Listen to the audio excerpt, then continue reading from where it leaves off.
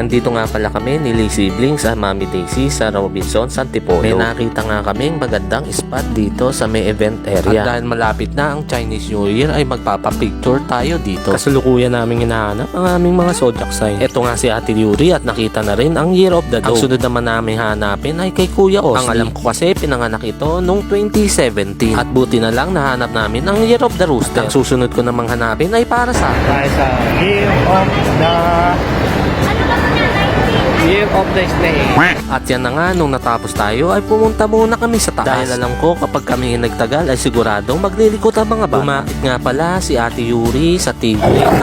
Siyempre, hinawakan ni Kuya Osli para ipakita ang kanyang tapa. Natutuwa naman ako sa magkapatid dahil nakikita ko na magkasundo sila. Bumaba na nga kami sa may second floor at pumunta kami sa tindahan ng No Brand. Bigla-biglang may nakita si Kuya Osli.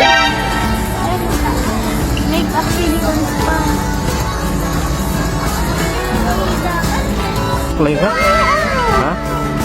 Hindi tama make-up oh. Uy, terror yan. Ito na lang yung... Bigla nga pala nakakamot sa ulo si Kuya Osli. Hindi kasi natin binili ang kanyang gustong goditama. Hindi din naman kasi yon pakikinabangan. Kaya nga sabi ko sa kanila maganap na lang at bumili ng makakain. Nandito na nga kami sa may counter para bayaran ang aming pinamili. At pagtapos dito ay nakaramdam kami ng aming gutom. Dahil kanina pa tayo palakad-lakad at wala naman tayo mabili. Kaya nga sabi ko sa kanila at tara na at kumain na tayo. Papunta na nga ako sa may counter para umorder ng aming kakainin. Umorder nga pala ako ng 6 na manok at 3 spaghetti. At may kasama na yon 3 kanin. At umorder pa tayo ng extra rice.